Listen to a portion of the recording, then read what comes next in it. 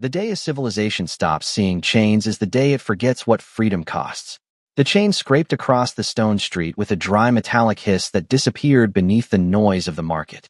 Vendors shouted over one another beneath glowing signs written in a dozen alien languages. Cargo lifters floated overhead carrying crates of machine parts and farm supplies. Steam drifted from food stalls where travelers crowded around hot meals, laughing, bargaining, living ordinary lives. No one looked twice at the girl being led through the center of it all. She walked with her head lowered, wrists bound by a restraint band connected to a length of old industrial chain. Dust clung to the edge of her pale blue cloak where it had torn against the pavement hours ago. A faded metal plate hung from her neck. The words stamped across it had long since been scratched and dented, but one line was still easy to read. War property. A pair of alien children paused beside a fruit stand to watch her pass. One reached for a piece of bruised produce and rolled it across the ground toward her feet. It bumped softly against her boot before coming to a stop. The child's mother gently took his hand and led him away without saying a word. She did not smile. She did not frown. She simply looked through the girl as though she were another broken machine waiting to be recycled. Lyra Vane had stopped counting the days a long time ago. She no longer knew which colony they had crossed or how many markets had displayed her like unwanted cargo. She had learned that silence made the journey easier. If she kept her eyes down and her breathing steady, the crowds blurred together into a sea of boots, shadows, and passing voices. But every now and then someone would stare. Some with pity, some with curiosity, most with indifference. Somehow, indifference always hurt the most. At the far end of the market district, a weathered cargo shuttle settled onto an aging landing pad with a heavy mechanical groan. Hydraulic locks snapped into place. Heat shimmered from the engines before they powered down. The side hatch lowered slowly, and a tall human stepped out carrying a worn duffel bag over one shoulder. Ethan Walker rolled his neck to work out the stiffness from 3 days in the pilot's seat. At 39, his knees complained louder than they had during his years in the Marine Corps, and his left shoulder still ached whenever the weather changed. He had crossed half the sector delivering replacement generators to an agricultural station that could barely pay him. It had not been a profitable run, but it had kept his old transport flying for another month. That was enough. The old veterans back on Earth used to say that peace was louder than war. Ethan had never agreed. War had explosions and alarms and engines screaming through the sky. Peace had paperwork, crowded stations, and markets full of people pretending not to notice each other. He adjusted the faded ball cap tucked into his jacket pocket and started toward the supply district. Fuel filters, coolant seals, maybe a decent cup of coffee if he got lucky. Then he heard it. Not the chain itself. Not the shouting merchants. A quiet sound hidden beneath the noise. The small, uneven rattle of someone trying very hard not to stumble. His eyes shifted across the crowd almost by instinct. Years of patrols had trained him to notice what everyone else ignored. A nervous hand. A frightened glance. A person left behind. And then he saw her. The blue-skinned girl moved slowly through the center of the avenue, surrounded by people who stepped aside without ever truly seeing her. The old metal tag hanging around her neck swung once in the afternoon light. Ethan stopped walking. For just a second, the market vanished. He was 23 again, standing outside a relief camp while frightened civilians waited behind temporary fences, hoping someone would tell them they were safe. He remembered the faces. He remembered the silence. And he remembered what it felt like to arrive 1 hour too late. Around him, the market carried on exactly as before. Somewhere a merchant laughed. Somewhere a child asked for candy. Somewhere a shuttle engine roared back to life. But Ethan Walker never took another step toward the supply store. He was looking at the girl in chains, and for the first time in years, the ghosts he had spent so long outrunning were looking right back at him. The crowd flowed around Ethan Walker like water around an old stone. Nobody stopped. Nobody asked why a human cargo pilot had frozen in the middle of the avenue with one hand still wrapped around the strap of his duffel bag. They had places to be, contracts to sign, ships to catch before the next jump window closed. The market had taught everyone the same lesson. If you looked too closely at someone else's trouble, eventually it became your own. Lyra heard footsteps behind her and expected another merchant checking the restraints. She did not turn around. Looking people in the eye only invited questions, laughter, or offers she no longer had the strength to answer. She kept her gaze fixed on the cracked stone beneath her boots, counting each step the way she always did. 12 steps past the food stalls, 8 past the machine vendors, 5 more to the transit archway, then another shuttle, Another city. Another crowd that would pretend she was invisible. The old chain rattled softly as she moved, and that sound pulled Ethan backward through time. 20 years disappeared in a heartbeat. He could almost smell the wet canvas of a relief camp pitched beside a battlefield and hear the distant hum of evacuation ships arriving too late. Back then he had been a young Marine sergeant with a rifle in his hands and orders in his ear. Protect the perimeter. Hold the line. Wait for command approval. He had followed every rule they gave him, and when the smoke finally cleared, too many frightened faces had vanished into history. Retirement had taken away the uniform, but it had never taken away the memories. An older alien merchant carrying a crate brushed against Ethan's shoulder and muttered something under his breath. Ethan barely noticed. His attention stayed on the girl. She was young, maybe mid-20s by human standards. Her silver-white hair was tangled from travel, and the blue cloak hanging over her shoulders had been repaired so many times that none of the fabric patches matched. Yet she walked with a strange kind of dignity, keeping her back straight even with the weight of the restraints pulling at her wrists. That, more than anything else, unsettled him. People only carried themselves like that when they had once belonged somewhere better. A loud voice echoed from farther up the avenue. The trader leading the chain waved one arm at a pair of potential buyers standing beside a transport cart. His smile looked practiced, the kind worn by people who had spent years turning lives into inventory numbers. Ethan could not hear the conversation over the noise of the market, but he did not need to. He had heard versions of it before on worlds that no longer existed. Specifications, labor value, transport cost, everything measured except dignity. Lyra slowed for the briefest second when she passed a bakery window. Warm light spilled across the street, and for an instant she caught the smell of fresh bread. It reminded her of a kitchen from another life, one with polished windows and quiet music playing somewhere in the background. She could not remember the faces anymore, only the feeling that someone had once waited for her to come home. The memory faded as quickly as it came. She lowered her eyes again and kept walking. Ethan reached into his jacket and touched the old military identification card he still carried out of habit. The corners were bent, and the photograph had faded, but the words under his name were still readable. United States Marine Corps. Veteran. He used to think those words meant he had done enough. Lately, they only reminded him of all the times he had survived when better people had not. He looked around at the endless stream of strangers pretending not to notice the girl in chains. Then he looked back at her. The old ghosts in his mind had always asked the same question. What would you do if you had one more chance? For the first time in years, Ethan Walker realized the answer was standing less than 30 feet away, walking toward the transit arch with her head down and a rusted metal tag swinging quietly against her chest. The transit arch rose above the avenue like the ribs of some ancient steel giant, its blue guidance lights washing over the crowd as merchants and travelers hurried beneath it. The trader gave the chain a short pull without even looking back, and Lyra adjusted her pace automatically. Habit was a strange thing. After enough days on the road, your body learned to obey before your mind had the chance to argue. She no longer fought the direction of the pull. She simply followed it. Ethan started walking. Not quickly, not dramatically, just one measured step after another. The same steady pace that had carried him through deserts, ruined cities, and landing zones where everyone had been afraid to move first. His old boots tapped softly against the stone. The market noise faded around him. There was only the distance between himself and the girl, shrinking with every second. He passed a vendor selling navigation chips. Then a family gathered around a tiny street musician playing an instrument with glowing strings. Life continued exactly as it had before. Nobody noticed that one tired human had changed his mind. Lyra heard the footsteps getting closer. At first she thought it was another customer coming to inspect her. She kept her eyes lowered. The easiest way to survive was to become forgettable, but the footsteps did not circle around her. They matched her pace. Calm, unhurried, almost respectful. Against every instinct she had built over the last few years, she glanced sideways. A human. Tall. Broad shoulders. Dark brown jacket faded by too many suns. A few threads on one sleeve had come loose, and the travel bag hanging from his shoulder looked almost as old as the ship that had brought him here. He was not staring at her the way others did. He was looking at the restraint band around her wrists. Ethan saw the surprise in her golden eyes before she lowered them again. There was fear there, but something else too. Exhaustion. The kind that reached deeper than missing sleep. He knew that look. He had seen it in young soldiers after impossible deployments and in civilians who had spent too long waiting for help that never arrived.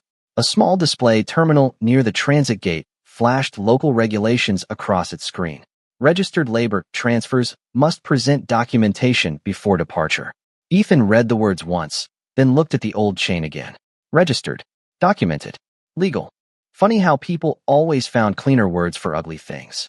The trader finally noticed the footsteps behind him and glanced over one shoulder. His expression tightened for only a moment before a polished smile returned.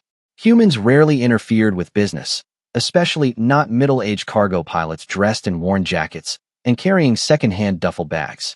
The trader gave Ethan a friendly nod and kept walking. Ethan nodded back. Then he stopped directly in front of them. The trader almost walked into him. Around them, people flowed to either side, mildly annoyed by the sudden obstacle in the avenue. A delivery drone floated overhead carrying crates of engine parts.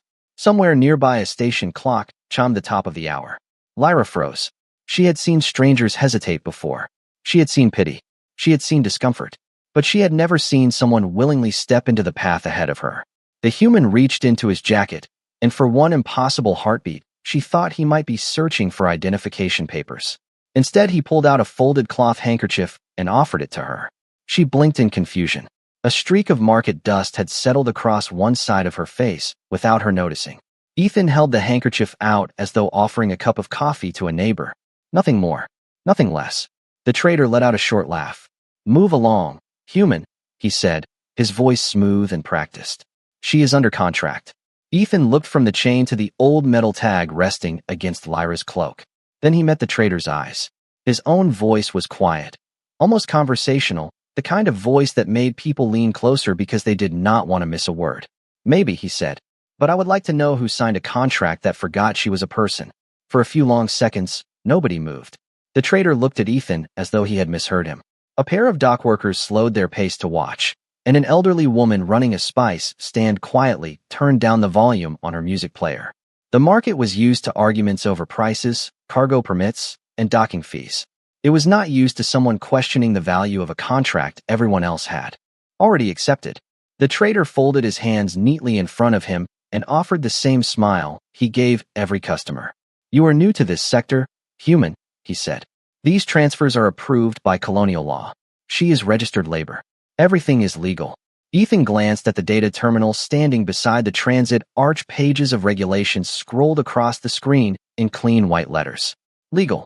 The word had followed him for most of his life. Legal orders had sent young men into impossible battles. Legal paperwork had delayed relief ships while frightened families waited behind fences. Legal decisions had a way of making ordinary people believe they were not responsible for what happened next. He looked back at Lyra. She had not taken the handkerchief.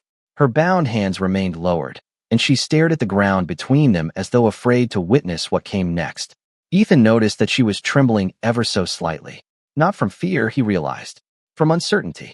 It had probably been a very long time since anyone had spoken to her instead of about her. "What is her name?" Ethan asked. The trader blinked. "That information is not relevant." "It is relevant to me." The answer came calmly, without anger or challenge. Just simple certainty. The trader gave a dismissive shrug. "The registry number is available for review after purchase." Ethan almost laughed. Purchase. As though a living person could be reduced to a line in a ledger. He shifted his duffel bag from one shoulder to the other and studied the old metal plate hanging around Lyra's neck. The scratches across its surface told a story all by themselves. Someone had tried to erase whatever had once been written there. Someone had wanted the past forgotten.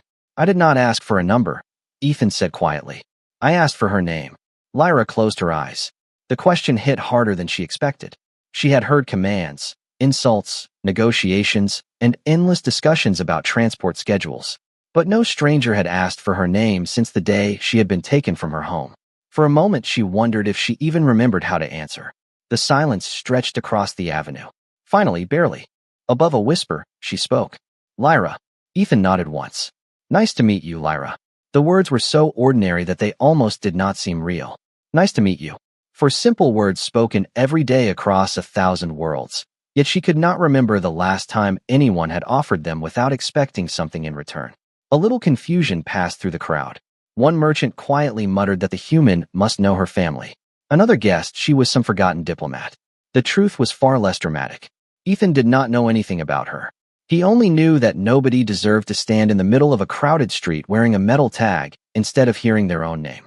The trader cleared his throat, losing a little of his patience. If you are interested in making an offer, there is a proper office for these transactions. Otherwise, I have a schedule to keep. Ethan looked toward the far end of the avenue where the docking towers cut across the sky. His old cargo shuttle was waiting for replacement parts he could barely afford. The savings from his last 3 contracts sat on a credit chip inside his jacket pocket. That money was supposed to buy fuel, repairs, and another few months of quiet work drifting from one colony to the next. He slipped a hand into his pocket and wrapped his fingers around the small metal chip. It suddenly felt heavier than it had that morning. Then he looked at Lyra one more time. She still was not looking at him. She was staring at the handkerchief he had offered, as though she could not understand why someone would hand a stranger something clean instead of asking what they could give back. Ethan slowly held it out again. This time, after the smallest hesitation, she reached forward with her bound hands and accepted it. Lyra stared at the small white handkerchief resting between her bound hands, as though it were some piece of forgotten technology from another age. The cloth was clean, soft around the edges, and carried the faint scent of engine oil and cedarwood. It was an ordinary thing. That was what made it feel impossible. Gifts had conditions. Kindness had prices. She had learned those lessons well enough that her fingers hesitated before closing around it. Ethan noticed the hesitation and quietly lowered his hand. He did not rush her. He did not ask for thanks.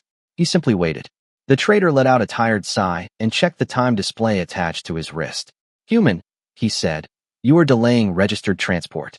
If you wish to inspect the merchandise, there are procedures." Ethan looked at the man for a long moment before answering.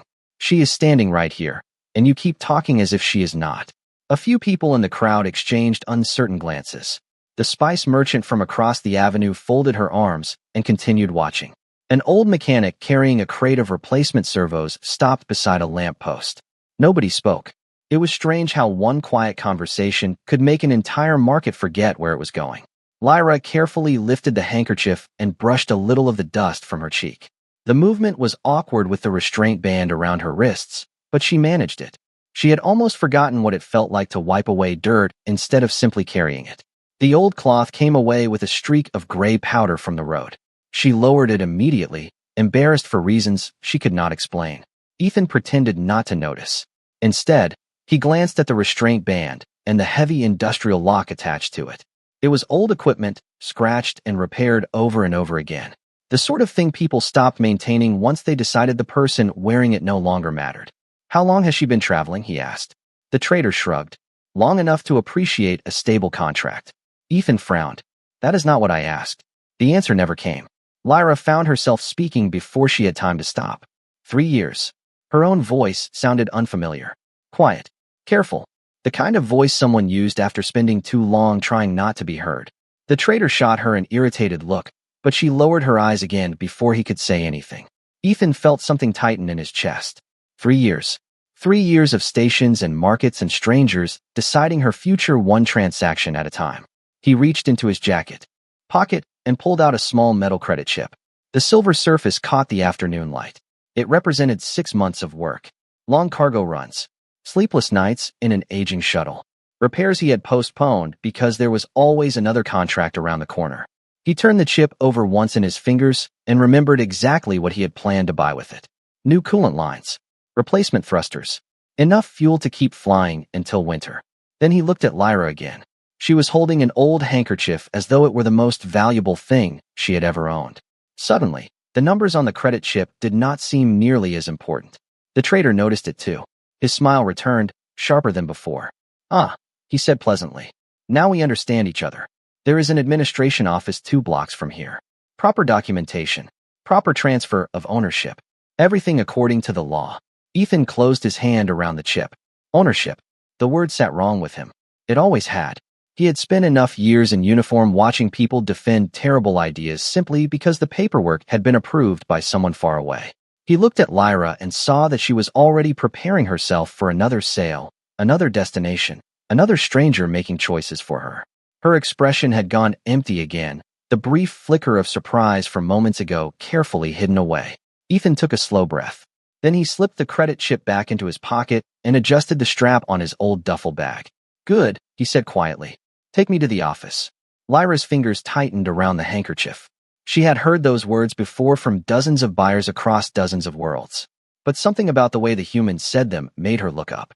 There was no excitement in his face. No greed. No curiosity. Only the calm, steady expression of a tired old veteran who had finally decided that walking away was no longer an option. The walk to the administration office took less than 5 minutes, but to Lyra it felt much longer. The trader moved ahead with easy confidence, the old chain gathered loosely in one hand, while Ethan walked beside her without speaking. He did not walk behind her like a guard or in front of her like an owner. He simply matched her pace. That small difference was so unfamiliar that she caught herself glancing at him more than once, trying to understand what game he was playing. The market slowly changed around them. The noisy food stalls gave way to quieter streets lined with shipping agencies and freight brokers. Cargo drones drifted overhead carrying sealed containers from one docking tower to another.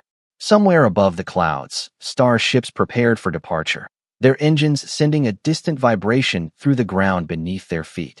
Life went on exactly as it always had. Contracts were signed. Deliveries were made. Numbers changed hands. Only one old human seemed determined to interrupt the rhythm. Ethan studied the buildings as they walked. The administration office stood at the end of the block, built from polished gray alloy with wide glass windows and a glowing government seal above the entrance.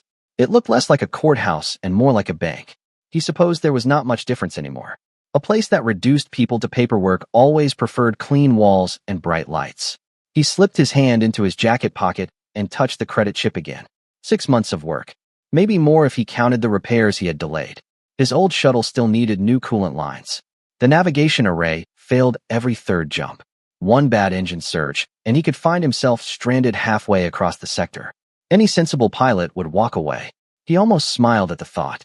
He had stopped being sensible the moment he asked the girl for her name. Lyra noticed his hand resting inside the pocket. She had seen that movement before. Buyers often checked their money before a transaction, making sure they were not paying too much. The familiar feeling of emptiness settled over her.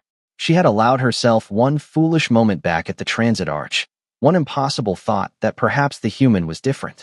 Now she reminded herself that nobody spent a fortune without expecting something in return. She tightened her grip on the folded handkerchief hidden between her fingers. It was strange. She had owned finer things once, though the memories were blurred now. Silk uniforms, crystal glasses, books with handwritten notes in the margins. Yet the little square of white cloth felt more precious than any of them. It had been given freely. The trader slowed as they reached the office entrance and pressed a control panel beside the door. The glass door slid open with a soft mechanical whisper. Inside, the air smelled faintly of fresh coffee and polished metal. A receptionist sat behind a curved desk, reviewing cargo permits on a floating display. She looked up, saw the restraint band around Lyra's wrists, and then looked back down without changing her expression. Another routine transaction. Another ordinary day. Ethan watched that tiny moment and felt a quiet disappointment settle over him. It was not cruelty that bothered him most. Cruelty was obvious. You could fight it. You could stand against it. Indifference was harder. Indifference looked away. The receptionist finally spoke. Transfer of registered labor asset? She asked, almost automatically. The trader smiled. Correct. A private buyer. She nodded toward Ethan. Please place the payment authorization and identification chip on the counter. Ethan stepped forward. The old floor beneath his boots reflected the overhead lights. He reached into his pocket and slowly removed the credit chip. The little piece of silver alloy rested in the palm of his hand, carrying every late-night cargo run and every lonely meal eaten in the cockpit of a worn-out shuttle. The receptionist extended her hand to accept it. Before she could touch it, Ethan looked at her and spoke in the same calm voice he had used all afternoon. Before I sign anything, he said, I want one thing made perfectly clear. I am not here to buy a person. I am here to buy back something that should never have been taken from her in the first place. The receptionist looked at Ethan for a long moment, her hand still suspended above the counter. She had probably processed thousands of transfers during her career. Cargo licenses, salvage rights, labor contracts. Most people hurried through the paperwork because they wanted to get back to business. Nobody stood there talking about freedom. The trader gave an awkward little laugh, trying to smooth over the moment. You will have to forgive him, he said. Humans can be sentimental. The transaction itself is very simple. Ethan did not take his eyes off the receptionist. Is it? He asked quietly. Because it seems complicated to me. I see a woman standing here with a name, a voice, and a life she did not choose. I am trying to understand which line on your form explains how that became a product." The office fell silent. Somewhere in the back room, a printer continued humming, unaware that the conversation outside had stopped. The receptionist finally lowered her hand. "Sir," she said carefully, "the regulations do not distinguish between registered labor classifications and independent civilian status if proper judicial rulings have been filed." Ethan gave a slow nod. "I was afraid you would say that." He looked down at the credit chip resting in his palm. The little piece of metal suddenly seemed absurd. 6 months of work, measured down to the last credit, and now it was being weighed against 3 years of another person's life. There should never have been a number attached to that equation. Beside him, Lyra stood perfectly still. She had learned long ago that speaking during negotiations only made things worse. Yet she could not stop listening. The human was not arguing about the price. He was arguing about the idea itself. That had never happened before. She had almost forgotten that people could do that. The trader crossed his arms. "Whether you approve of the law or not, the law remains. If you wish to complete the purchase, sign the documents. If not, I have another appointment before sunset." Ethan turned toward Lyra for the first time since entering the office. "Do you want to leave with him?" he asked. The question struck her harder than she expected. She blinked once, certain she had misunderstood. Nobody had ever asked what she wanted. Not the officials. Not the transport crews. Not the buyers who inspected her like cargo. The answer should have been easy, but the words would not come. Wanting something had become dangerous. Hope had a way of making the next disappointment hurt even more. She lowered her eyes. "I do not know what happens if I say no." Ethan understood that answer better than she realized. He remembered 19-year-old recruits standing on transport ships, pretending they were not afraid because they thought fear was not allowed. He remembered civilians asking if they would be safe after the soldiers left and never believing the answer. Sometimes the hardest thing to give someone was permission to choose. His voice softened. "Nothing happens," he said. "Not unless you want it to." The trader stepped forward, irritation finally breaking through his polished manners. "She is not authorized to make that decision." Ethan looked at him. Maybe that is the problem. He placed the credit chip on the counter with a quiet click that echoed through the office. Then he reached into his jacket once more and pulled out something else. It was an old leather wallet, faded and worn at the edges. From inside, he removed a photograph. The image had yellowed with age, but it still showed a younger Ethan standing beside a group of smiling children outside a temporary relief camp. A little alien girl no older than 10 sat on his shoulders, laughing at something beyond the camera. The receptionist glanced at the picture. The trader frowned. Lyra found herself staring. Ethan rested the photograph beside the credit chip. 20 years ago, he said softly, I promised someone that if I ever had the chance to help again, I would not wait for permission. He looked at Lyra, and there was no pity in his eyes now, only quiet certainty. "So, I am going to ask you one more time. If the choice belongs to you, where do you want to go?" The question seemed to linger in the quiet office long after Ethan finished speaking. Even the low hum of the display screens and the distant sound of cargo traffic outside felt strangely far away. Lyra looked at the old photograph resting beside the credit chip. The smiling faces in the picture belonged to another lifetime, but the expression on the younger human's face was exactly the same as the one standing before her now. Tired, worn down by years and memories, yet somehow still unwilling to leave another person behind. She had forgotten that people like that existed. Her fingers tightened around the folded handkerchief until the soft cloth wrinkled beneath her touch. The answer he wanted should have been simple. Every story she had ever heard as a child ended with the prisoner choosing freedom. The lost traveler found home. The lonely soul found a place to belong.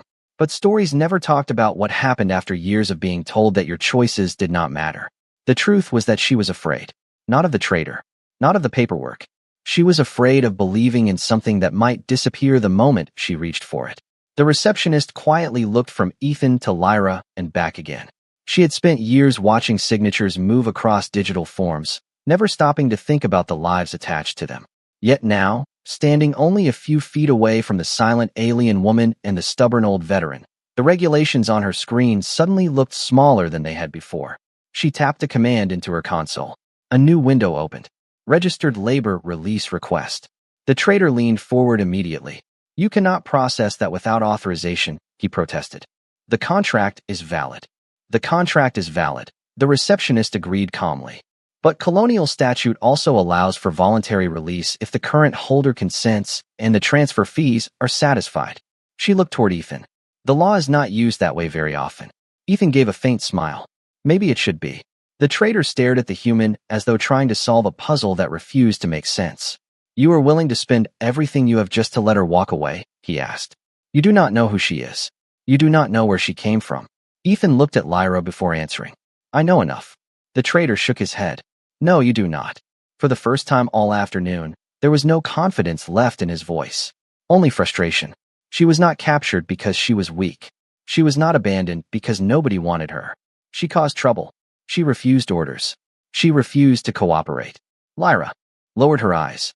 Old memories flickered through her mind like broken pieces of light. Hospital tents. Rows of frightened families. Emergency transports filled beyond capacity.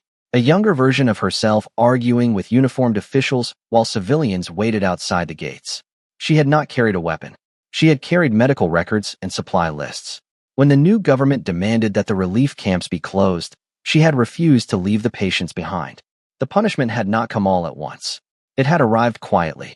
A canceled position, a confiscated license, a public hearing, then a transport shuttle, then chains. Ethan watched the emotions pass across her face and realized the trader had not intended to reveal the truth. He had wanted to prove she was difficult, dangerous to own. Instead, he had told a different story entirely.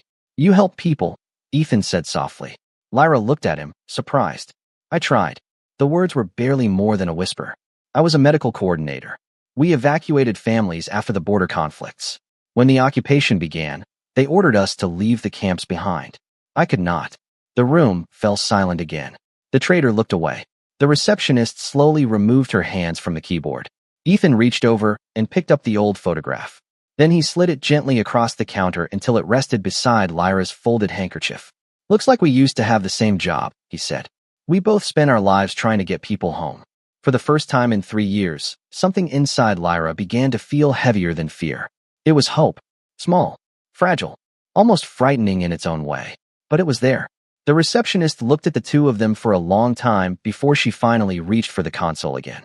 Her fingers moved across the floating display, and one by one the old registration windows disappeared. New forms replaced them. Release authorization, transfer fee, civilian status restoration.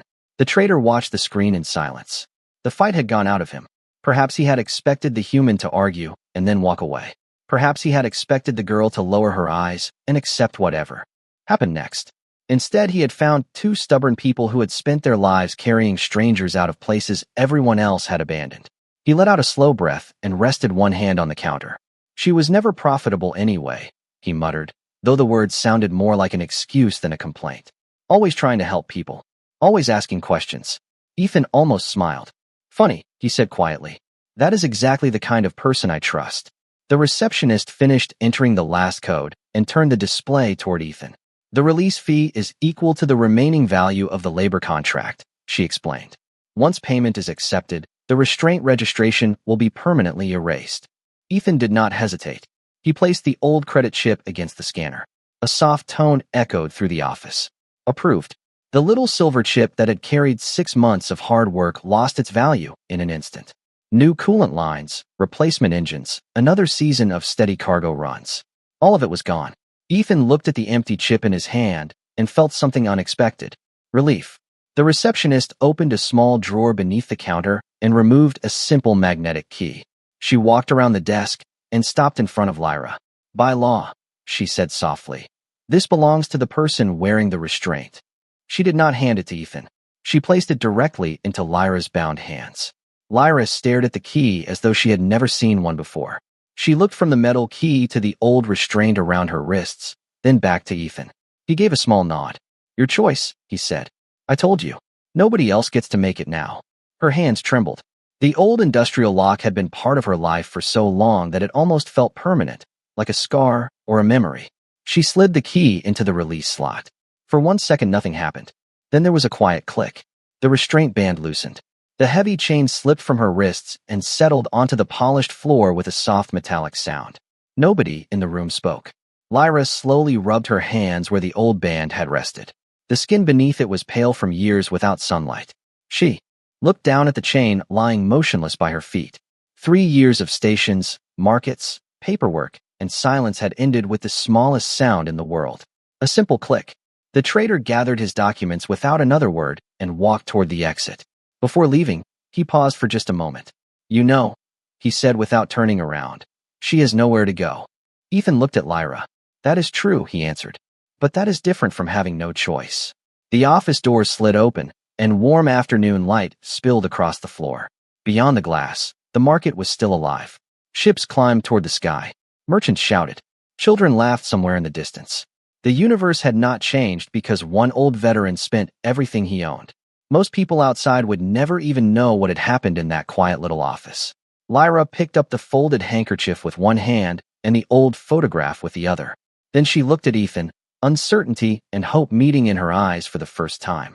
"If I am free now," she asked softly, "where am I supposed to go?" Ethan bent down, picked up the broken chain from the floor, and gently placed it on the empty counter behind them. Then he opened the office door and stepped aside. "I do not know," he said, "but for the first time in a long while, the next step belongs to you."